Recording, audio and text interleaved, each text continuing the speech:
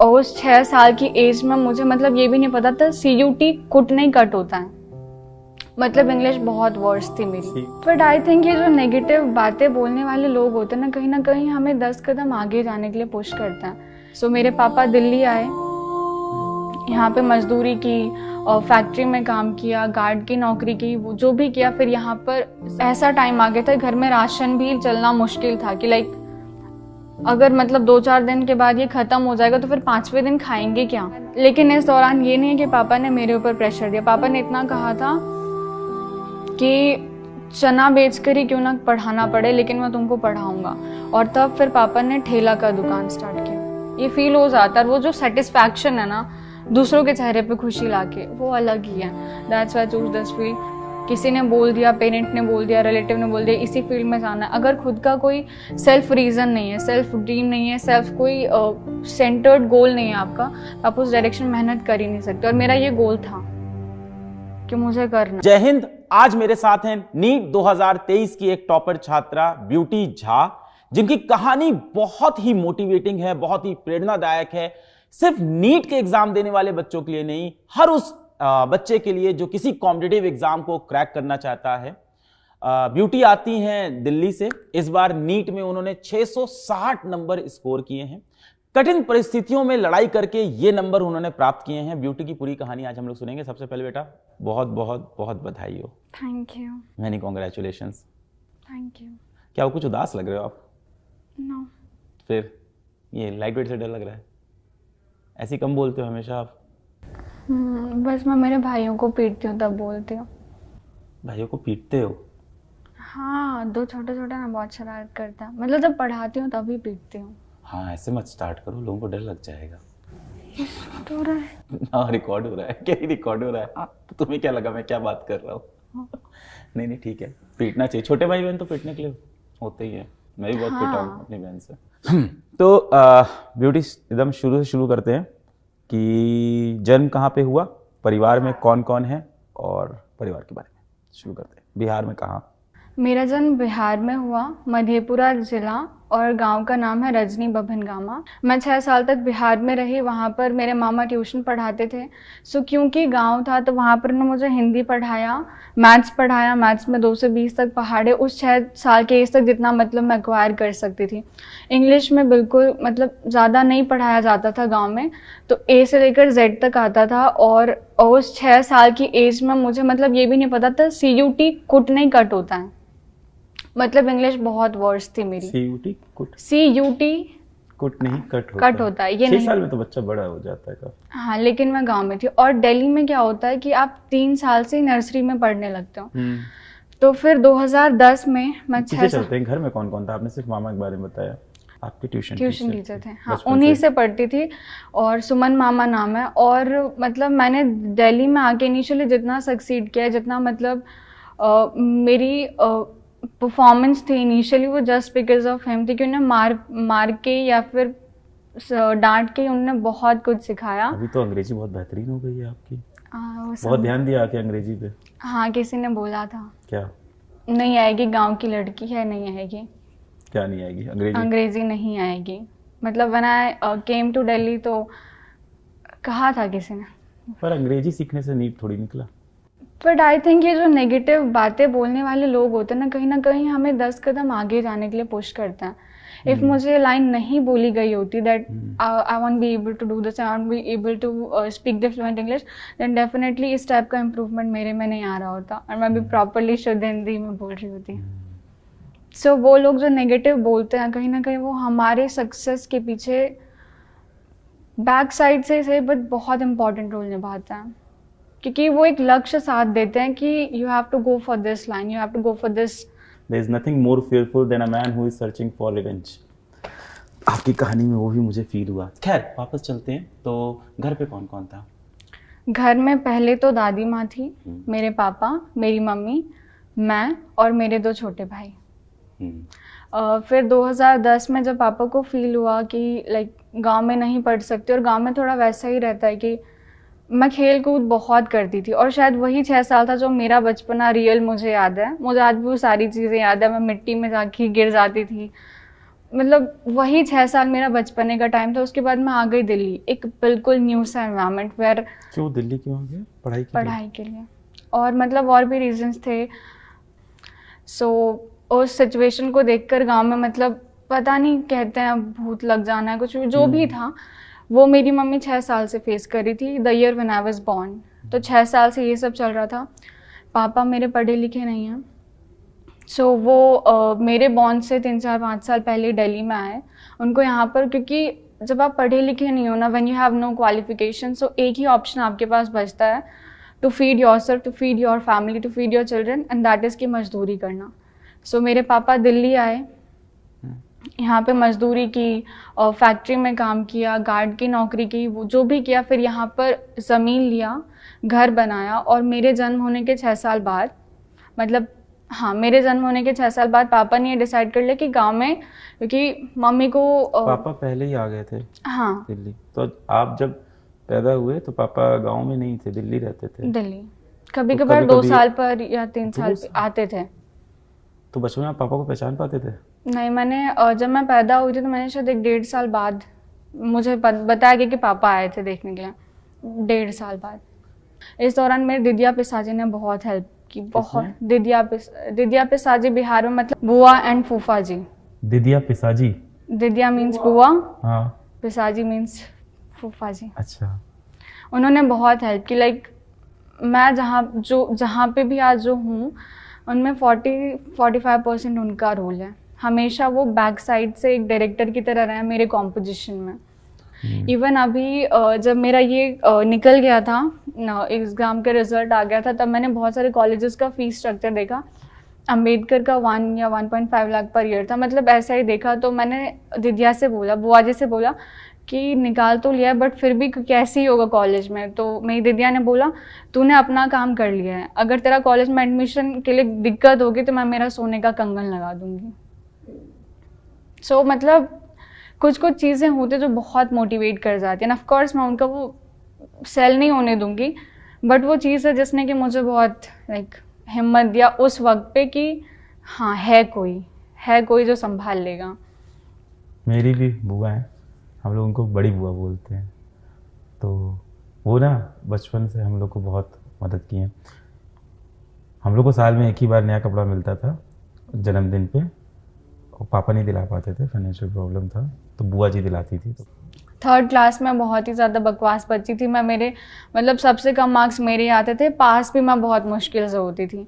और हर पीटीएम में पापा को नहीं लेकर जाती थी, मम्मी को लेकर जाती थी, क्योंकि फिर पापा डांटते थे। मम्मी नहीं डांटती। मम्मी बहुत अच्छी है मेरी। मैं बोलती कोई बात नहीं, अगली बार हो जाएगा, पापा को मत बताइए।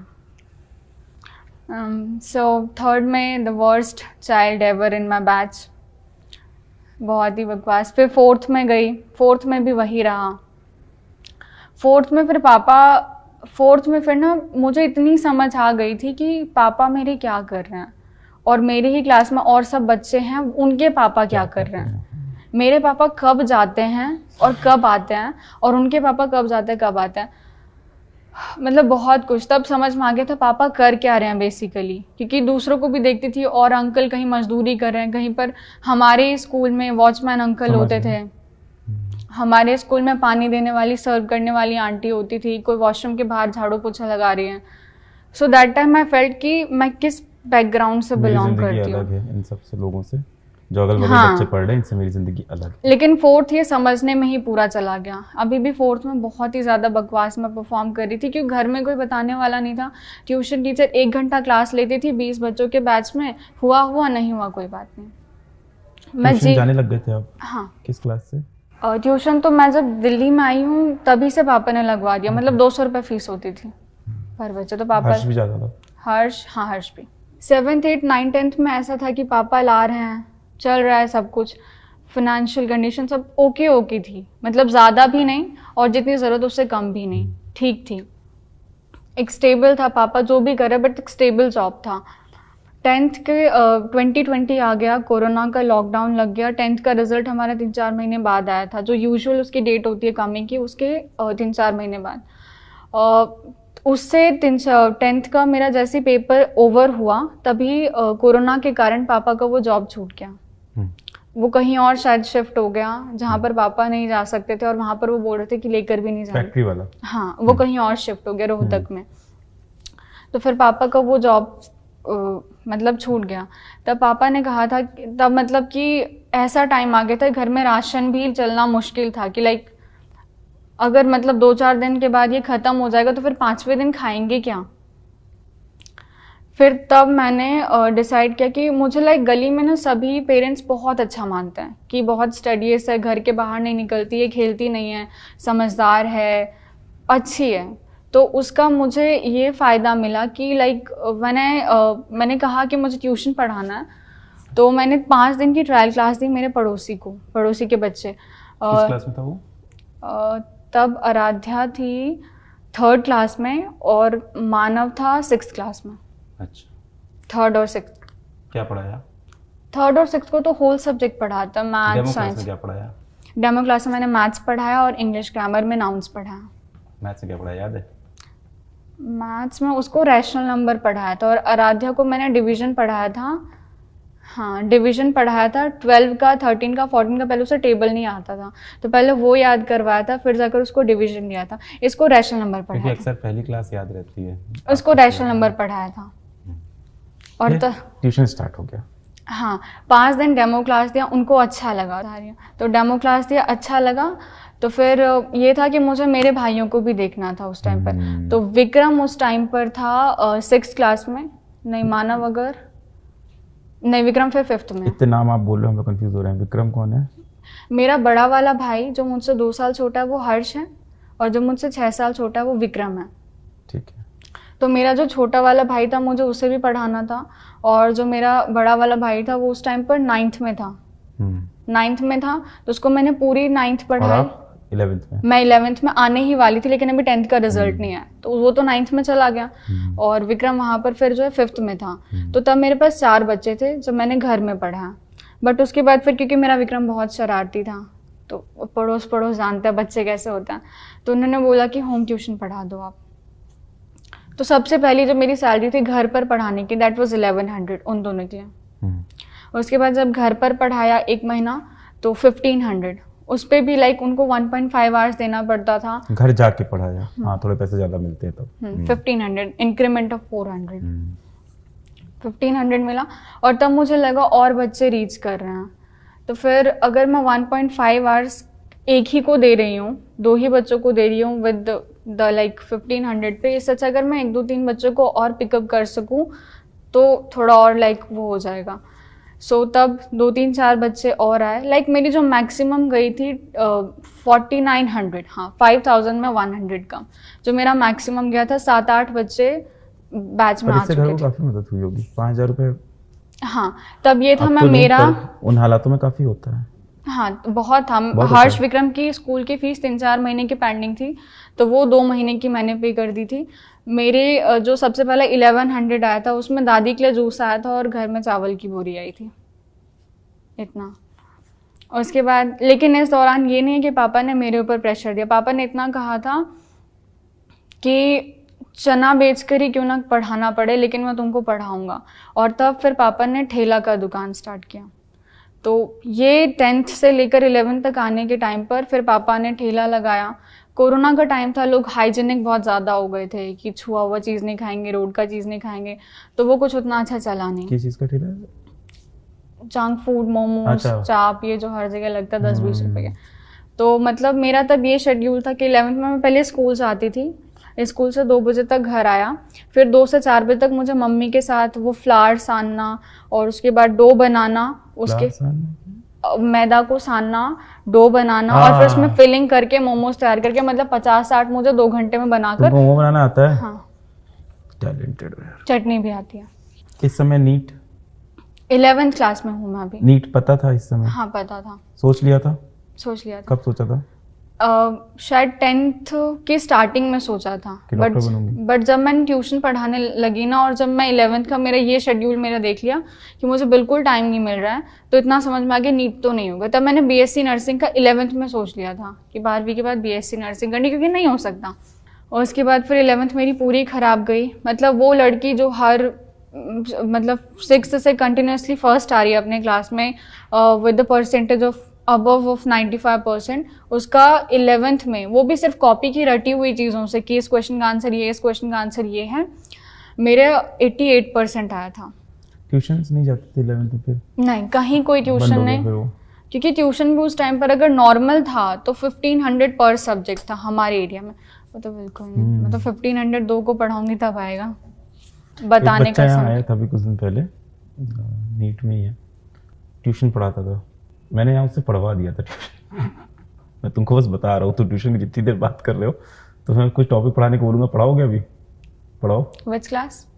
आप डिसाइड करो, क्लास, टॉपिक, सब्जेक्ट, लैंग्वेज सब आप डिसाइड करो अभी। अभी on the spot. Rational number चलेगा।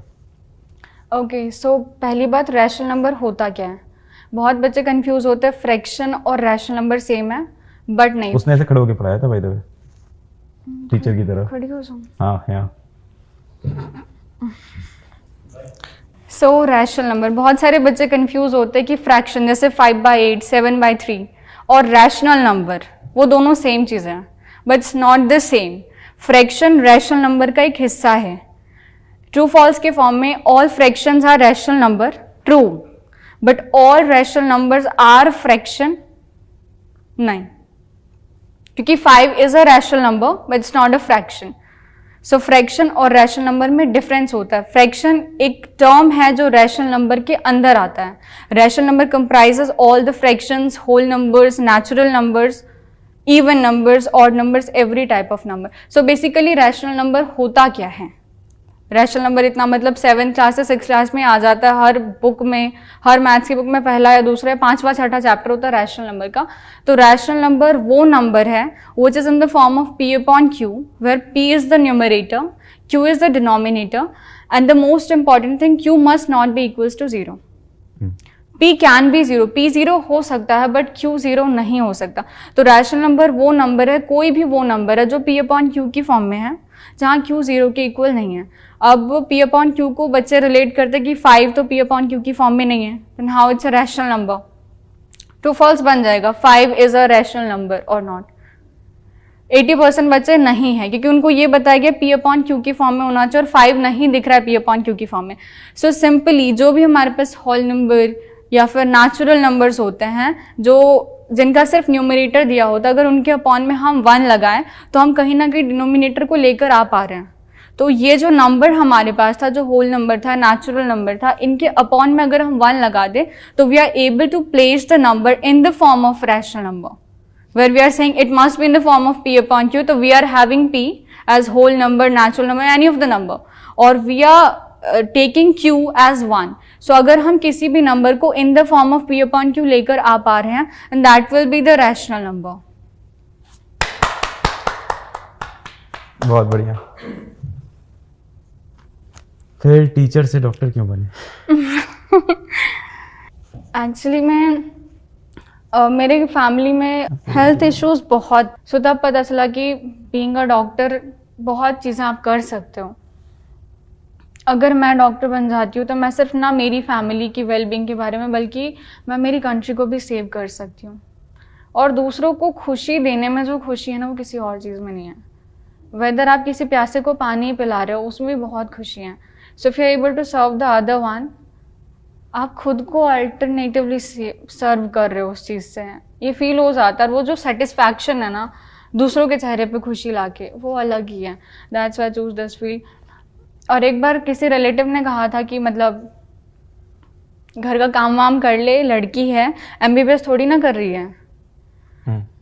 सो I was in like 7th और 8th स्टैंडर्ड दैट टाइम, तब उन्होंने कहा था तो अब तो MBBS ही करना है। सो तब वहाँ से, बट 11th मेरी पूरी ख़राब हो चुकी थी। PW पर कोई आया नहीं था 11th के लिए उस टाइम पर, 2020 से 21 के बीच में कुछ नहीं आया था। सिर्फ लक्ष्य का आपका 12th क्लास का फिजिक्स का आया था, जिसमें हमने पूरी फिजिक्स पढ़ाई थी। फिर 11th मेरा ऐसे ही गया, लाइक हेक्टिक शेड्यूल था, पापा ठेला लगा रहे थे, फिर ठेला भी नहीं चला। फिर पापा ने गार्ड की नौकरी की, 9,000 अ मंथ, बट मैं ट्यूशन फिर भी चला रही हूँ। तो पूरा 11th ट्यूशन पढ़ाया। 12th में फिर आपका सबसे पहले लक्ष्य वाला बैच आता है, जिसमें सभी सब्जेक्ट्स आते थे। तो 12th में मुझे किसी ऑफर के दौरान मिला था 3-4 महीने बाद 3800 या 3500 का, तो मैंने वो लिया। 12th मैंने फिर पूरी पढ़ी, मेरी फिजिक्स केमिस्ट्री बायो सब बहुत अच्छी थी। 11th में मेरी 89% आई थी रट के, और 12th में बोर्ड हुआ था तब मेरा 95% आया था PW के इस लक्ष्य बैच से पढ़ के। तो हमारी बैच में आपने लक्ष्य वाले बैच का पिछले साल का 12th वाला सारा वीडियो डलवा दिया था, सिर्फ आपने सेमी कंडक्टर नहीं पढ़ाया था उसमें। हाँ नहीं पढ़ा था, मैंने बहुत ढूंढा, उसमें सेमी कंडक्टर था ही नहीं आपका। लेकिन 12th की जो मेरी पूरी फिजिक्स हुई है वो आप ही से मैंने पढ़ी है। वो लक्ष्य बैच वाला जो हाँ, जो सबसे पहला आपका बैच आया था 500-1000 रुपए में, 999 हाँ 1000 रुपए में, वो पूरा आपने हमारे वाले में डलवा दिया था जब बच्चे बहुत कंप्लेन कर रहे थे कि नहीं आ रहा। तो उसी से मैंने पूरा पढ़ा, बैच के साथ ही चलती थी। मोबाइल कब मिला? मोबाइल मुझे मिला था 11th के मिड में, वो भी मम्मी ने अपनी सेविंग से दिया था। किस लिए लिया था मोबाइल? तब तो आप ऑनलाइन पढ़ नहीं रहे थे 11th में। 11th में समझी नहीं। मोबाइल किस लिए लिया था आपने? आप तो ऑनलाइन पढ़ नहीं रहे थे। 11th के मिड में मैंने मोबाइल लिया ताकि YouTube से पढूं मैं। तो पढ़ा नहीं, तब मैं बहुत डिस्ट्रैक्ट हो गई थी। मतलब YouTube पे एक चीज खोलो मैंने, आपका यूनिट्स एंड डायमेंशन से मैं आप तक रीच करी थी, कर पाई 11th में। हाँ 11th में, बट जब तक मैं पहुंची तब मुझे 11th में इतना पता लगा था कि लक्ष्य करके कोई बैच है जिसमें आप सिर्फ फिजिक्स पढ़ा रहे हैं। हाँ। तो वहाँ होप बिल्कुल खत्म थी कि अपने लिए तो नहीं आने वाला। तो YouTube पे भी आपसे यूनिट्स एंड डायमेंशन पढ़ा 11th में। फिर 11th में मतलब थोड़ा थोड़ा मैं YouTube से पढ़ लेती थी, उसके बाद शॉर्ट्स चल रहे हैं क्या चल रहा है, क्योंकि दिमाग बिल्कुल काम नहीं कर रहा था। 8-9 बजे टाइम मिलता था, उसमें भी फिर खुद का होमवर्क करो एंड ऑल, फिर YouTube पर खोलो अगर यूनिट्स एंड डायमेंशन, तो 1 घंटा पढ़ा, दिमाग इतना वॉश ऑफ हो जाता था, चल फिर 15 मिनट 20 मिनट उसमें वेस्ट होता था। फिर मोबाइल रख के सब कुछ करके सो गए, फिर नेक्स्ट दिन again the same schedule begin. So 11th तो पूरी बर्बाद गई थी, रट कर बस मेरे मार्क्स आए थे 88%। 12th में फिर मैंने सही में अच्छे से पढ़ा, बैकलॉग आया, ऐसा नहीं है कि नहीं आया, मैंने खुद ब खुद ट्यूशन पढ़ाया जारी था 12th में। लेकिन 12th में ये था कि मैं स्कूल कम कर दिया था मैंने, मतलब 30 दिन में मैं स्कूल 15 से 18 दिन जाती थी, और बाकी मैं जैसे कल का कोई लेक्चर रह गया, कल मैं स्कूल गई, कल के 3 लेक्चर्स रह गए तो आज छुट्टी करके वो 3 लेक्चर कवर कर लिए, और आज के भी लेक्चर्स, तो 6 लेक्चर्स अ डे।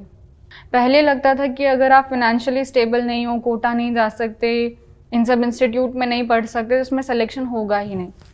बस यही चीज़ आपके वीडियो से भी अभी लोग सीखेंगे, इसमें सिलेक्शन होगा ही नहीं, ये लगा था मुझे। बट जब मैंने वो 4000 रुपये का कोर्स लिया, यकीन 1.2 लिया था, तब फील हो गया था टीचर्स देखकर कि सब कुछ ऑसम है। और मुझे इतना फील होता है कि ऑफलाइन से भी बेटर है ऑनलाइन, क्योंकि 1.5 घंटे 2 घंटे के बैच में टीचर जितना ऑफलाइन नहीं पढ़ा पाता ना, उतना ऑनलाइन पढ़ा देता है। क्वेश्चन प्रैक्टिस ऑनलाइन में ज्यादा होता है, कंटेंट ज्यादा होता है, एप्लीकेशंस वो ज्यादा बताते हैं, ऑनलाइन में सब कुछ बेटर है, बट स्टूडेंट को वहाँ पर कंसिस्टेंसी चाहिए होती है, दैट्स द थिंग। तो मतलब वो नेचुरल चीज़ ना जो कि सफलता आपसे डिमांड करती है, वो आप ऑनलाइन पढ़ोगे तभी निकलेगा। ऑफलाइन में तो गधे घोड़े से भी निकलवा देते हैं मार मार के। ऑनलाइन में you have to maintain your consistency, you have to 80% role फिर आपका हो जाता है ऑनलाइन में। फिर 20% आपका क्या पढ़ाया जा रहा है, क्या कंटेंट है, ये वो। अगर आप सेल्फ मोटिवेटेड हो तो ऑनलाइन से आप पढ़ सकते हो। जब मतलब एक लक्ष्य अगर आपके पास है कि क्यों करना है, तो आप कर सकते हो। अगर रीज़न नहीं है क्यों करना है, किसी ने बोल दिया, पेरेंट ने बोल दिया, रिलेटिव ने बोल दिया इसी फील्ड में जाना है, अगर खुद का कोई सेल्फ रीज़न नहीं है, सेल्फ ड्रीम नहीं है, सेल्फ कोई सेंटर्ड गोल नहीं है आपका, तो आप उस डायरेक्शन मेहनत कर ही नहीं सकते। और मेरा ये गोल था कि मुझे करना है। बात ये है ना, मैंने हर टीचर्स से पढ़ा होगा PW की, क्योंकि कुछ बच्चे बोलते हैं, कुछ लोग भी बोलते हैं you have to stick to one teacher, but मैं बोलूँगी आपको अपने कंटेंट और अपने सिलेबस पे स्टिक करना है। बाकी PW एक ऐसा प्लेटफॉर्म है जहाँ के सारे टीचर्स ऑसम है। थैंक यू इलेन, मेरी सीरियसली सभी टीचर्स गजब है। मतलब हर किसी का वो पढ़ाने का वे, आप जिससे पहली बार पढ़ोगे ना वो भी समझ में आ जाएगा। मेरा नीट का एग्ज़ाम जिस दिन था उस दिन मैंने आकांक्षा मैम का वो जो पॉडकास्ट होता है, मैं नीट का एग्ज़ाम देने जा रही हूँ, रिक्शा में हूँ और मैं वो पॉडकास्ट सुन रही थी। मतलब फर्स्ट टाइम मैंने उनका सुना था, डाइजेशन वाला सुना, ब्रीदिंग वाला सुना, बॉडी फ्लूइड्स एंड सर्कुलेशन वाला सुना। ये 3 पॉडकास्ट मैंने सुने थे, आधा घंटा का था। दैट टाइम आई फेल्ट कि कुछ भी नहीं है to stick with the one teacher. You can jump from one teacher to another, but the main thing you have to stick to your syllabus. Syllabus क्या है, अगर ये चैप्टर हो गया तो अगला चैप्टर हम लोग क्यों मना करते हैं? बच्चा क्या करता है ना कि लॉज ऑफ मोशन पहले एक टीचर से पढ़ता है, फिर दूसरे से पढ़ता है, फिर तीसरे से नहीं, एक चैप्टर आप एक को पकड़ो। यस। मार्क AITS में करके। कितने नंबर आ रहे थे आपके? AITS में 620 से 670 680 तक। बहुत वेरी कर रहा था। हाँ, कभी AITS टफ भी होते थे, मतलब टफेस्ट होते थे। मैंने जितने एग्जाम्स देखे उसमें टफेस्ट। कुछ आउट ऑफ एनसीईआरटी भी था? कितना? Not much more, not exactly out of NCERT, but from the very deep core line of NCERT, which a student normally go through नहीं कर इस साल पाता। बहुत स्ट्रिक्ट इंस्ट्रक्शन तो दिए हैं हमने। ये काफ़ी बच्चों ने फीडबैक दिया मुझे जो इंटरव्यू देने आए कि कुछ आउट ऑफ एनसीईआरटी भी आता था, उसके लिए फिर वो मैं पढ़ने बैठ जाता था या बैठ जाती थी। एक क्वेश्चन नहीं होता था तो उसके लिए मैं फिर कुछ और पूरा आउट ऑफ एनसीईआरटी टॉपिक पढ़ रही थी। इस बार बोला है? नहीं, मैंने कभी नहीं किया, कभी नहीं। जब मुझे पता था वो NCERT में नहीं है तो मैं कभी नहीं गई कि गूगल पे सर्च करा, 15 मिनट 20 मिनट खराब करा। क्योंकि अगर वो NCERT में नहीं है तो NTA के सिलेबस में नहीं है, और NTA के सिलेबस में नहीं है तो नीट में नहीं है। एक आपने बात कही थी कि लक कुछ नहीं होता है, ये बस टाइम की बात होती है। लक आपको बार बार पूछता है, बस एक बार आप जब अप्रोच कर जाते हो ना तब वो ताला चाबी में फिट हो जाने वाली चीज़ है। लक कुछ भी नहीं होता, आप कंसिस्टेंटली मेहनत करो ना कभी वो खुद आपको आगे से पूछेगा और सक्सेस। पर उस समय आप मेहनत कर रहे थे कि नहीं? हाँ, ये बहुत इम्पोर्टेंट है। ये आपने लक किस समय जीवन पे आएगा नहीं पता, पर जिस समय आया उस टाइम आप उस जगह पहुंचे थे कि नहीं। Wow, I always feel lucky and I always feel blessed. मुझे लगता है कि लक का बहुत बड़ा रोल है, पर हाँ उतना ही रोल हम लोग के हार्डवर्क का, हम लोग की मेहनत का भी है, कंसिस्टेंसी का। तो कैसा लग रहा है? लाइफ बदलने वाली है ऐसा लग रहा है? अभी थोड़ा लाइक अब मैं ट्यूशन तो नहीं पढ़ा पाऊंगी क्योंकि बहुत वैसे हेक्टिक शेड्यूल हो जाएगा MBBS कॉलेज में। हाँ, बट मुझे कोई जॉब करनी है। ऑनेस्टली मिलता है टाइम, थोड़ा हाइप बना रखा है लोगों ने कि MBBS में समय नहीं मिलता। ऑनेस्टली मेरी बहुत से MBBS स्टूडेंट से बात होती है, टाइम होता है काम करने का जीवन में, ऐसा नहीं समय नहीं होता। और मुझे लगता है कि समय होता है या नहीं होता है ये इस बात में निर्भर करता है कि आप किस परिवार से आते हो। जिस परिवार से आप आते हो, जिस परिवार से हम आते हैं, हम लोगों को काम करना पड़ेगा। तो इसका कोई और विकल्प है ही नहीं। और जो लोग ये बोलते हैं कि बहुत पढ़ाई है समय नहीं है, वो दूसरे परिवारों से आते हैं, वो शायद अफोर्ड कर सकते हैं। तो काम तो आपको करना पड़ेगा अगले 4-5 साल मेरे ख्याल से। पिताजी अभी भी काम कर रहे हैं। बट अब मैं सोच रहा हूँ उनको रिटायर कर दूँ, मुझे खुद वर्क करना। अभी नहीं कर पाओगे? नो सर, उनको हेल्थ इश्यूज हैं, उनको लिवर में grade B fatty liver and swelling आ गई है बॉडी में, और घुटनों में प्रॉब्लम। मतलब शुरुआत से क्योंकि पढ़े लिखे नहीं थे तो हमारे लिए हर पॉसिबल काम किया है। राशन की दुकान लगाई है, ठेला लगाया है, मजदूरी की है, पत्थर उठाया है, एवरी पॉसिबल थिंग। अभी सफाई कर्मचारी हैं। पर अगर आप सोच रहे हो कि कॉलेज में समय नहीं मिलता तो गलत समय है। मैंने बोला ना, समय इंसान पे निर्भर करता है, परिस्थिति पे निर्भर करता है, निकालना ही पड़ेगा आपको। कॉलेज कौन सा जा रहे हो, क्या प्लान है? दिल्ली के बाहर तो नहीं जा सकती क्योंकि मेरे फैमिली में बहुत ज़रूरत है मेरी हर सिचुएशन में। तो दिल्ली में फी वाइज भी देखना है मुझे, तो एक लेडी हार्डिंग लग रहा है, अफोर्डेबल है। कितना फीस है उसका? ईयर का 1400। हॉस्टल आप लोग ही नहीं? फर्स्ट ईयर नहीं कंपलसरी देंगे, है? फर्स्ट ईयर में नहीं देंगे, डोमिसाइल दिल्ली है। तो ठीक है, सही है, अच्छा है, घर से बेटर है आपके लिए। बट बहुत दूर पड़ता है मेरे घर से। कितना? 22 किलोमीटर्स। घर वाले खुश नहीं है अभी जब सेलेक्ट हुए हो? हाँ खुश है। लाइक एक अंकल ने बोला, क्योंकि ना अभी मैं मेरे पापा को बस इतना कर सकती हूँ कि पढ़ाई लिखाई करके, हम जिस फैमिली से बिलोंग करते हैं ना वहाँ पर बच्चा फर्स्ट आ जाए ना तो मेरे पापा का सीना वहीं पर बहुत चौड़ा हो जाता है कि हाँ ठीक है। क्योंकि वो खुद की कंडीशन देखते तब उनको सेटिस्फैक्शन मिलता है कि हम कुछ भी कर रहे हैं, एटलीस्ट मेरा बच्चा तो पढ़ रहा है ना। हम अगर खुद नहीं पढ़ पाए बट मेरा बच्चा वो पढ़ के दिखा रहा है तो बस हो गया। एक अंकल ने कहा था, मतलब बहुत सारे लोग हैं जो मोटिवेट भी करते हैं कुछ ना कुछ ऐसे लाइंस बोल कर कि झा जी आप क्या बात कर रहे हैं, कुछ मतलब 5-6 साल बाद लोग आपसे हाथ मिलाना तो दूर आंख मिलाने के लिए भी सोचेंगे। तो उसके बाद मेरे पापा वाज लाइक मैं ही डॉक्टर हूँ। ठीक है ब्यूटी, बहुत बहुत बधाई हो।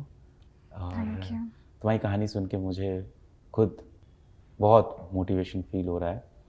हम लोग कोशिश कर रहे हैं, जो कर सकते हैं वो कर रहे हैं, इस तरह कोर्सेज निकाल रहे हैं, फ्री भी पढ़ा रहे हैं। अभी इस संडे को ना हम लोग अब 6 नए चैनल्स पे पूरा फ्री कोर्स निकालने जा रहे हैं, अब कंप्लीट फ्री, मतलब पहले भी होते थे, अब इस बार 6 नए चैनल पे पूरा फ्री कोर्स चलाएंगे हम लोग। 11th का, 12th का, ड्रॉपर जेई, ड्रॉपर नीट का कंप्लीट, क्योंकि कुछ बच्चे बैच 4,000 रुपये बहुत ज़्यादा होता है कई लोग के लिए, भाई नहीं ले पाते हैं, तो 4 साढ़े 4 हो गया अब तो उसके लिए ये चीज़ कर रहे हैं। मैं अपनी तरफ से तुम्हें 2 लाख की एक स्कॉलरशिप और इसके साथ साथ PW में एक जॉब, ये मैं अपनी तरफ से तुमको करता हूँ, क्योंकि मुझे बहुत इंस्पायरिंग फील हुआ। और यहाँ तक तुम आओ, मैं तुम्हें कोई स्कॉलरशिप नहीं दूँ तो मुझे अच्छा फील नहीं होगा, आज रात को नींद नहीं आएगी। And I am really proud of you and we just love students like you who made us proud. आप अगर नहीं होते ना तो मैं आज यहाँ नहीं होती। जस्ट बिकॉज ऑफ यू ये चीज़ रिवोल्यूशनाइज हुई है कि मतलब नीट और जेई का एग्ज़ाम क्लियर करना at the just cost of 4,000, just a miracle. मतलब कभी यकीन नहीं होता था कि मैं यहाँ पर आ पाऊँगी। ये सब आपकी वजह से हुआ है और आपका तो नाम ही है अलग। सो आपने लाखों बच्चों की ज़िंदगी लिख दी है, मेरी भी।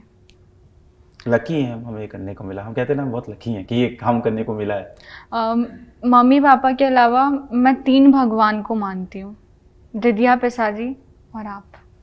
हाँ, मेरे नाम की बात की, आपका नाम भी बहुत अच्छा है, ब्यूटी, सो ब्यूटीफुल। आपको एक कॉम्प्लीमेंट बहुत मिलता होगा बेटा। मुझे मेरे टीचर्स बोलते थे, you are the beauty of your family, you are born to do something, और beauty with brains. The only thing I would like to say कि कहानी शुरू हुई है, अब फिर से आपके साथ वही होने वाला है जो बचपन में आपके साथ एक बार हुआ था जब आप क्लास जंप किए थे। छोटे तालाब में बड़ी मछली थे आप अभी तक, क्योंकि टेस्ट में आपकी 82 रैंक आ रही है, नंबर अच्छे आ रहे हैं। और अब आप जिस कॉलेज में जाओगे तो आप बड़े तालाब की एक छोटी मछली बन जाओगे, क्योंकि सारी मछली आपके बराबर की होगी।